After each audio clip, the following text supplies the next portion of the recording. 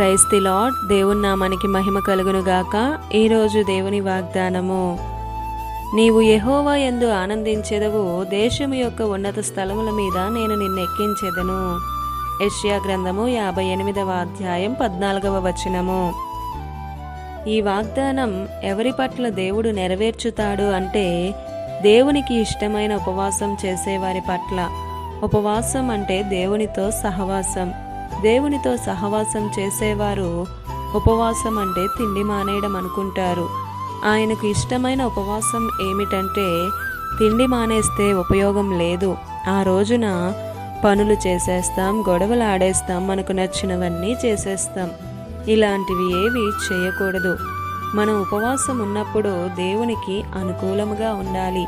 కేవలం కడుపు మార్చుకుని మనం పస్తులుండి బాధపడడం కాదు దేవుని ఉద్దేశం.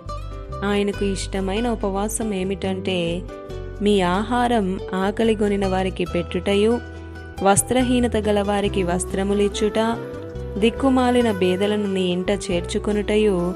ఇదియే కదా ఆయనకు ఇష్టమైన ఉపవాసం. ఇలాగు చేయడం వల్ల నీ వెలుగు వేకువ చుక్కవలే ఉదయిస్తుంది. స్వస్థత నీకు శీఘ్రముగా లభిస్తుంది.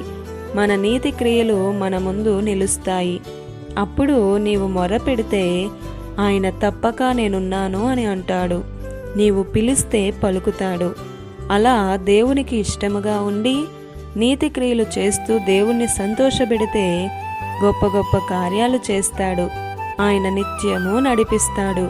నీరు కట్టిన తోట వలె ఉబుకుతూ ఉంటాం.